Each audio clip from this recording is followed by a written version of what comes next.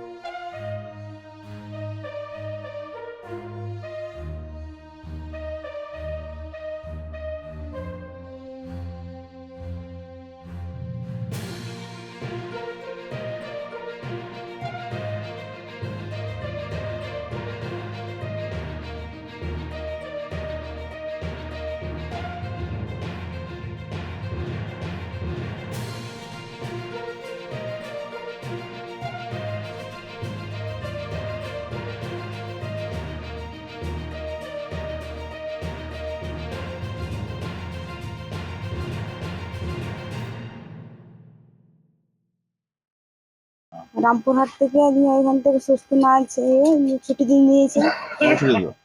ছুটি পরশুদিন রামপুরহাট থেকে ছুটি দিয়েছিল। কি রোগের জন্য ভর্তি হয়েছিল? ওই যে বমি পায়খানা ডায়রিয়া মতন।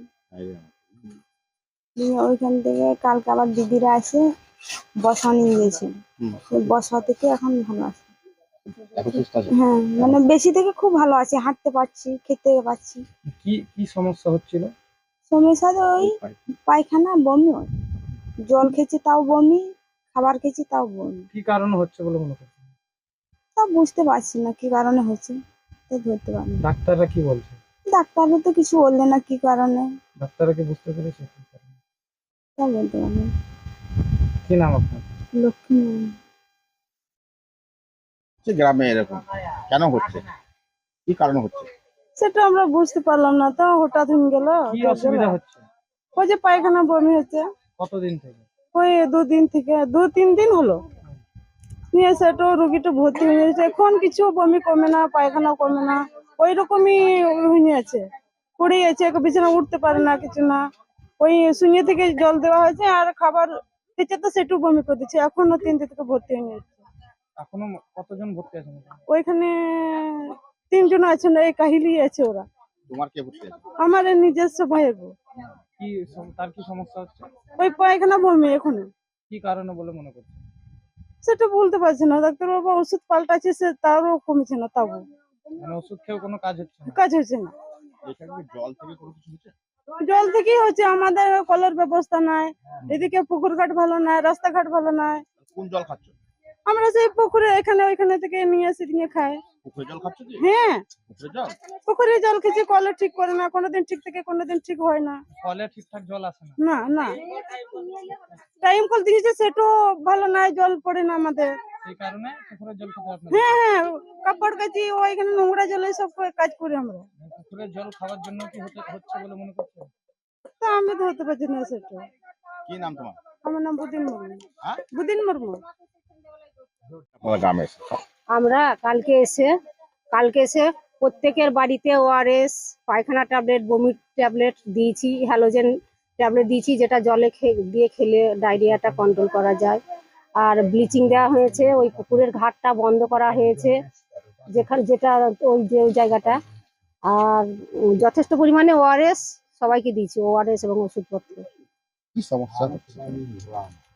সমস্যা এইখানে ওই যে এখানে পোলট্রির যে ফার্মটা আছে, ওখানে অনেক মুরগি মারা গিয়েছিল, সেইগুলো ধরুন কিছুতে ওই জলে টলে ফেলেছে, তো কিছু টেনে এবার এই গোটা পাড়ার লোক ওখানে চান করে, বাসন মাজে, কাপড় কাচে, ওর মাধ্যমেই ছড়িয়েছে। এবং কিছু কিছু এরা অস্বীকার করছে, কিছু কিছু খেয়েছে, ওরা মুরগিগুলো ওরা খেয়েছে, ওরা স্বীকার করে না। এটা আপনার ওই জল থেকেই হয়েছে এবং ওই এর খাবারের জন্যই হয়েছে। কি সমস্যা হচ্ছে? এরপরে পায়খানা বমি হচ্ছে, প্রত্যেকের পেট ব্যথা, 4-5 বার করে বমি পায়খানা দিয়ে নেতিয়ে পড়ছে একবারে। কতজন ভর্তি আছে এই গ্রামে? 7 জন ভর্তি হয়েছিল, আজকে আবার একজন গিয়েছে। টোটাল 8 জন। না না, শোনেন, 7 জন ভর্তি ছিল, কালকে রাতে একজন গিয়েছে, আবার আজকে একজন গেল, 9 জন। 9 জন হলো। কি ব্যবস্থা করা হয়েছে আপনাদের তরফ থেকে? আমাদের যতটা ব্যবস্থা করার আমাদের সবই করেছেন। সিএমএইচ অফিস থেকে ওনারা এসেছিলেন, জলের যারা ওনারা এসেছিলেন, প্রধান মেম্বার এসেছিলেন, আমাদের ডাক্তারবাবুরা এসেছিলেন, পিএইচএন এসেছিলেন, সবাই এসেছিলেন। এবং তাদের যা করণীয় তারা করেছেন, এবং ডাক্তারবাবু এসে বাড়ি বাড়ি গিয়ে প্রত্যেক কে দেখেছে, প্রত্যেক মানুষকে দেখেছে। ধরা পড়েছে কাল থেকে তাহলে? হ্যাঁ, না পরশু থেকে হয়েছে, ধরা পড়েছে কালকে থেকে, পরশু হয়েছে আপনার। হ্যাঁ, পরশু সন্ধ্যে থেকে হয়েছে। আপনার নাম কি আর কি পদ আছে? আমার নাম ছবি দাস, আমি হেলথ অ্যাসিস্ট্যান্ট ফিমেল। মানুষের বসের রিপোর্ট, চেতনা বার্তা, জেগে থাকে, জাগিয়ে রাখে।